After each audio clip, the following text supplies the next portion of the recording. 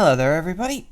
So, with Samus Returns being only a week away, I figured it was a good opportunity as any to talk about something I noticed about the Metroid franchise in recent years, or more accurately, the Metroid fan base. Things have gotten a little testy online in terms of Metroid, in large part due to some Nintendo's recent actions, which is unfortunate. But before we get too into that, I'm going to give you a quick history lesson on why Metroid has found itself in a rather precarious position. See, Metroid has never been massively popular. It's certainly never been one of Nintendo's biggest moneymakers. They've never really struggled to make a profit on the games. Usually it's never a large one. I mean, they're usually well received by critics, and of course the fans almost always eat them up if the games themselves are good in the first place. But Metroid has always been the franchise that has struggled, especially in Nintendo's home turf of Japan. It is a little better received in America and in Europe. But of course, Nintendo's a Japanese company, so they mainly look at what goes on in Japan. So, despite its moderate earnings whenever a new game comes out, it has found itself with a dedicated and very patient fan base, with times between games coming up to decades as opposed to just years. We've learned to be very patient about a lot of things. And this can be the cause of some problems, shall we say, in the fan base. A lot of fans get very annoyed that Nintendo aren't releasing new Metroid games on a constant basis. As I said, it's understandable when Metroid is never a huge, big money maker for Nintendo, but you can also understand why people would be mad. After the incredibly lackluster reception to Metroid Other M, people were kind of annoyed and worried that the Metroid franchise wasn't going to go anywhere. And it was around that time that a lot of fan projects started popping up. I mentioned in my Sonic Mania video that when Sonic 06 came out, it was actually the fans and the modding community that kept the series alive. And there was a sort of similar thing happening with Metroid. The modding community for it was never as big as Sonic was, but it does exist, and there are quite a lot of mods available for the games like, Metroid 1, Metroid 2, Metroid 3. Actually, thinking about it, not so much Metroid 2, but definitely Metroid 1 and Metroid 3 are games that have extensive number of mods. Metroid 3 especially, you can find hundreds scattered across the internet. And this led up to people starting to actually remake the games, which of course led to the another Metroid 2 remake project. At the time that one came out, there were a lot of other Metroid 2 remake projects wandering around, which is why he chose the title, Another Metroid 2 Remake. Clue is in the name. His one was the only one that actually kept itself alive over the long haul. I mean, the game was in development for the better part of 10 years, really. That's a long time for a video game to be in development. But because it was pretty much the only thing of any real note that seemed to be coming our way in terms of Metroid, a lot of fans were really, really hyped about it, and understandably so, myself included. Of course, when we did finally get some official Metroid news, we got it in the form of Federation Force, which, well, yeah, that was not the news that we wanted, needless to say. So, of course, people just kept waiting on AM2R. It finally released on Metroid's, 25th anniversary, to pretty much universal acclaim. Fans absolutely loved it, and even critics were praising the absolute attention to detail that there was in the project. And then, of course, couple of days later, Nintendo slapped it with a C&D, and the internet breathed a collective sigh of, oh well, that was to be expected. Because most people smart enough to realize that, yeah, of course that was going to happen. Nintendo had the right to shut the project down at any point, but instead they choose to wait until after the game was released. So clearly they wanted the game out, and then they shut it down just to appease the legal team. But that's when things went a little off the expected rails. Not only did they slap the project with a cease and desist order, they slapped any website that hosted it with a cease and desist, and Milton Guasti himself, that's the guy behind the project, received one personally demanding that he cease all activities in regards to AM2R. Coupled with that was the fact that the Game Awards 2016 were basically threatened with having their Nintendo-backed funding pulled if they didn't remove AM2R and another fan mod, Pokemon Uranium, from their games listing, which the Games Award 2016 did ultimately relent to. Understandably, this raised a lot of questions and one hell of a backlash from fans. People were suddenly wondering why, if Nintendo weren't going to bother making Metroid games themselves, that we should have to suffer with nothing at all when fans were perfectly willing to do it for them. Obviously, things moved on, and the months rolled by, and it rolls around to E3 2017, and people breathed a collective, well, we kind of saw that one coming as well, when they announced Metroid Prime 4 in what was probably the most underwhelming game reveal in history. I mean, I like the fact that they're making a Metroid Prime 4, but I guess I kind of wish we could have seen more about it. But then they completely drop one hell of a bombshell and actually show that there is another Metroid game, Samus Returns, a Nintendo-made remake of Metroid 2. And suddenly, for me at least, all the pieces started falling into place. Like, suddenly it made sense why Nintendo was so desperate to shut AM2R down. But at the same time, they still waited until the game came out, didn't they? They waited for the game to come out, then they shut it down as hard and fast as they could.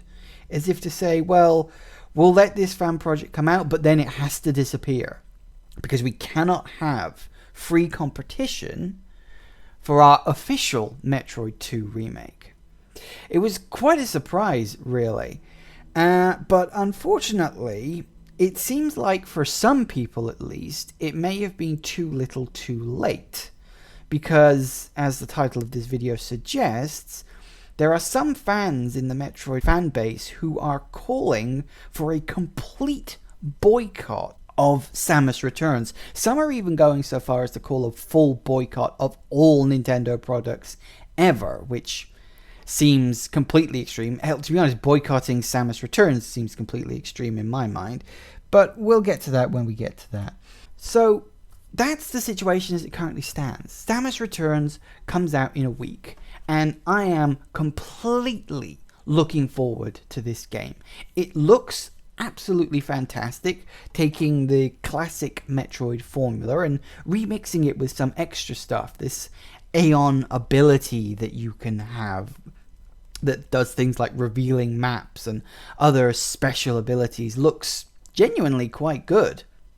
And I'm going to be very curious to see how it actually plays on the 3DS itself. I'm very much looking forward to it. I mean, I could be wrong. Maybe it'll be absolute garbage. Maybe it'll be like another Other M. But somehow I don't think so. So it really comes down to the fact to ask questions about why would Metroid's own fans want to destroy Samus Returns? Well, having a look around, most of them seem to argue the fact that they should have simply allowed AM2R to exist and cancelled their own remake, which is a ridiculous thing to say in my mind. I mean, Nintendo have poured actual real world money into this game, and they cannot afford to have what is effectively a free version of their game out available. Of course, a lot of people were still steamed about what Nintendo had done to AM2R.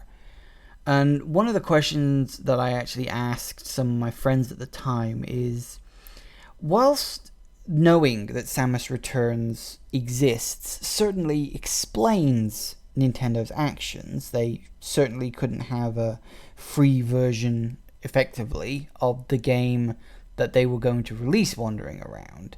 The real question is, does it excuse their actions? Well, in my mind, yeah, it does. Nintendo, as I've said, has never seen Metroid as a big moneymaker. It makes money, but it doesn't make a lot of money. So they have to guarantee that the game is going to sell. The easiest way to guarantee that something is going to sell is by removing any potential competition. And at the end of the day, AM2R was competition for Samus Returns. Even if they went in completely different directions with the game, because AM2R was effectively a very faithful recreation of the original Metroid 2, with just some more modern takes and improvements for a kind of better quality of life in terms of your gameplay experience. Samus Returns, on the other hand, seems to be that it's taken the original Metroid 2 as a start point and then gone, okay, where can we go from here? What new stuff can we add? So they've taken very different directions for it, but it's still competition. It's still something that could potentially eat into sales of Samus Returns. Now, another thought that occurred to me is that could, or indeed should, Nintendo have announced Samus Returns at the same time they were doing this to AM2R to offer a more direct explanation to why they were acting like this. AM2R came out September, October time, 2016. It took the 2/3 of a year before we got a proper explanation for that. That's a long time to be sitting down and basically being very angry with Nintendo. I was myself. If you go and look at my Samus Returns Let's Play, I was pretty steamed at what Nintendo had done, and I was thoroughly enjoying AM2R and was very annoyed at what Nintendo had done to it. But then Samus Returns was announced, and like I said, the pieces fell into place. Suddenly there we were. There was an official Metroid 2 remake coming out. I mean, hell, Milton Guasti himself has actually come out in praise of Samus Returns, saying that people should go out there, they should buy it, they should support Nintendo, the people who actually own the Metroid franchise. So, whilst perhaps Nintendo were a bit silly in leaving that big period of time between shutting down AM2R and announcing Samus Returns, perhaps they weren't capable of doing it. I mean, E3 is a big part of the gaming community, and if they had announced Samus Returns beforehand, it might have thrown a big dent into their E3 plans, which they were almost certainly in the middle of planning at the time. I mean, Samus Returns was one of their big hooks at E3 for that year. If they'd have announced it early, they might not have had as much to be able to talk about. And when E3 is as big as it is, there's a lot of marketing strategy that has to come from that place. You can't just go, oh, well, we're doing this and we're doing that and we're doing this, and you can't scatter those things throughout the year. That's why most companies will wait for E3 before they start announcing things. Not always. Sometimes E3 is too big to announce something small that they're doing, or maybe E3 is too far away to announce something you're doing. But when E3 is on the horizon, they take notice, and they will often delay announcing something so they have more to talk about at E3. So maybe Nintendo should have announced it after what happened with AM2R, but I understand their reasons for not doing so. It may have hurt fans more than they intended, but they had good reason for being as quiet as they were. Another point I saw raised up quite a lot is that it's perfectly okay to boycott Samus Returns because boycotts are just how we send messages to Nintendo. Well, yeah. I mean, a lot of people boycotted Federation Force. I didn't really boycott it because I was never planning to pick it up in the first place. Boycotting implies that you were going to purchase the game and have now decided not to. I had never ever intended to buy Federation Force, so I don't personally think of that as a boycott, but take that for what you will. The reason why Federation Force was different was because it was a game no one wanted. Federation Force was a game in a franchise that had nothing to do with the game itself. I mean, a lot of people at the time, myself included, actually suspected that what Nintendo had done is that they had the idea for this co-op shooter, and they then slapped the Metroid logo on it in an attempt to boost sales. Whether that's true or not, Nintendo does have a history of that. If you remember, Nintendo and Rare used to be best friends, and Rare had a game planned that was called Dinosaur Planet. But Nintendo didn't think it was going to sell as well, so they slapped the Star Fox IP all over it and called it Star Fox Adventures Dinosaur Planet. It was still effectively the same game, but now everything was Star Fox related for some reason. And would you believe it didn't help? So whether or not that is what happened with Federation Force, or whether it was designed from the ground up as a Metroid game, well, that remains to be seen, or probably never will be. But like I said, Federation Force was a game no one had asked for to be a part of the Metroid franchise. It was like saying that we'd asked for a pinball game, despite the fact we ended up having one. So that was a game we didn't want. But Samus Returns looks like exactly the kind of game that we want. It looks like a classic Metroid adventure. Samus wandering around a large, interconnected hub world, collecting items as she wanders around and kills the Metroids. Of course, Metroid 2 was always the more linear of all the Metroid games. AM2R proved that much. It's still a very linear experience. But I'm willing to bet they've probably redesigned it to have a lot more backtracking involved, which hopefully will be a fun little adventure and a good time waster. So it would seem that Nintendo has finally woken up to what fans want from a Metroid game. So if they're making the Metroid game that they actually think fans want, rather than just, oh, let's give them some Metroid themed shooter, I'm sure that'll placate them, they're going out of their way to try to make a proper Metroid game. So yeah, you're right, boycotting will send them the message, but it'll send them the wrong message. It'll tell them that it doesn't matter what Nintendo does, we're just not gonna buy it. It'll tell them that ultimately Metroid isn't a viable franchise option. And to be honest, that's what it comes down to in terms of the boycott. It would send completely the wrong message to Nintendo. Online, most people say that we're boycotting it because of what Nintendo did to AM2R. I'm not going to deny what Nintendo did wasn't a bit shitty, because it was. But whether we like it or not, we have to always remember, first and foremost, making video games is a business. And in the case of Metroid, it's never been a massively successful one. So Nintendo are going to try even harder to protect their not quite so successful IPs from sources that could potentially lose them money. I mean, they are going out of their way. They hired a separate company to try to give Metroid fans a Metroid game that we can actually enjoy. This is in my mind, the first proper Metroid game release in well over a decade.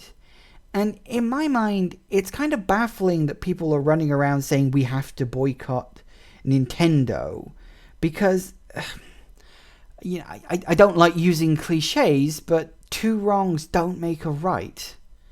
Yes, Nintendo acted badly over AM2R, but they had very good reason to do so. So, does it really seem that boycotting the game, just to teach them a lesson, is somehow going to magically restore Metroid to its golden age? No, it's not gonna fucking do that. Not at all. The only way we get back to a nice golden age of Metroid, like back when the Prime series was coming out, because during that time we had Metroid 4, Metroid Prime 1, 2, and 3, Metroid Hunters, and Metroid Zero Mission, all in the space of about, 6-7 years?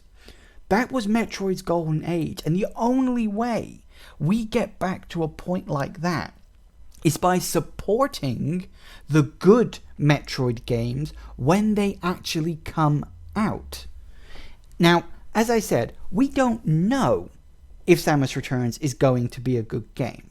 So, if you're one of those people that's sitting on the fence and thinking to themselves, well, I might buy it, but I want to wait for some reviews to come in, I want some opinions about it first. You know what? I can respect that. I can understand Nintendo hasn't had a great track record with the Metroid franchise, so I can understand your hesitation. But if it comes out and it turns out that it's an amazing Metroid experience, please, just you owe it to yourself, if no one else, to play it. Good Metroid games, in fact, good games in any franchise should be played. I'm not saying, just buy everything Nintendo and just, shower them with money because they need it. No, that's not the way to do things. People vote on a franchise with their wallets. Like I said, gaming is a business. Nintendo is a business. You vote for good games by buying them. You don't vote for bad games by not buying them. That is how a company decides what is good and what is bad. It always comes down to the sales figures. So, maybe you should ask yourself this question. Thinking about sales figures, voting with your wallet, such as it is, what do you want them to see? What do you want Nintendo to see? Do you want them to see a brand new, super popular Metroid game that sold more than well enough to justify the continued existence of the franchise? Or do you want them to see a game that sold really, really badly, and that perhaps they're better off just leaving the franchise alone?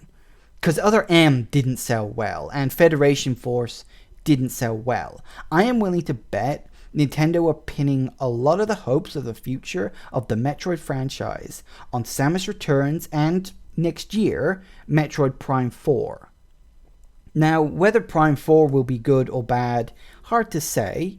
It's not being made by Retro Studios, but Prime does have a decent pedigree, so it might be good, it might not. It could be that it's a terrible game and they just slapped Metroid Prime on it just to try to sell it. I'm hoping not on that front. We'll have to wait and see until some actual gameplay footage shows up. I mean, don't get me wrong, a logo is nice, but I would prefer some actual gameplay. So, where are you going to cast your vote? Personally, I've already pre-ordered Samus Returns. I cannot wait for it to show up in the mail next week. I cannot wait to dive into that game, and I'm hoping, assuming I have the time, that I'll be able to do another one of these little podcast recordings to give you my first impressions on the game. This is actually the reason why this series exists. I want to talk to you guys about Samus Returns. That is how hyped I am for that game. So if you are genuinely sitting out there and thinking to yourself, I'm going to completely boycott Samus Returns. In fact, I'm boycotting everything Nintendo. You are not helping anyone. You're certainly not helping the Metroid franchise, okay? And you are not helping the Metroid fan cause. I mean, you're not even helping Milton Guasti, who made AM2R, because, and this may surprise some of you, he doesn't need our help. Milton Guasti has got himself a proper job. He is now working for Moon Studio, the amazing creators of Ori and the Blind Forest. Now, if you haven't played Ori and the Blind Forest and you're a fan of Metroid, go and play it. It is an amazing Metroidvania game. It looks fantastic. It has a very emotional story. And it was one of the best Metroidvanias I've ever played. That's saying something. I've played quite a lot of good ones over my time. And now, Milton himself is working on the sequel, Ori and the Will of the Wisps. He got a job at Moon Studios as a level designer in an upcoming Metroidvania game. And he said himself in his blog that for him it is the dream job. It is what he has always wanted to do. So as far as I'm concerned, that is a fantastic result for him. Congrats to him. Seriously, Milton, you deserve every second you spend in that job. So I don't think Milton needs our help anymore. And the Metroid fan base doesn't need boycotts to help it. Because boycotts mean no more Metroid games. No more Metroid games, no more Metroid fan base. It's how these things work. If a series dies, I mean, there'll always be the die-hard fans. Yeah, sure. But the less a game comes out, the less fans there are of something. So we don't want the Metroid franchise to end. I sure as hell don't want the Metroid franchise to end. So I am willing to give Samus Returns a chance. Now, if it turns out it's crap, somehow, then trust me, I will happily crucify the game for you. But I'm willing to bet, based purely on what I've seen, that it's going to be good. It may not be perfect, okay? I am not expecting Samus Returns to be an absolutely perfect 100% pure experience. But it will be good. It will be enjoyable. And I think above all, it will be Metroid. Thank you for listening.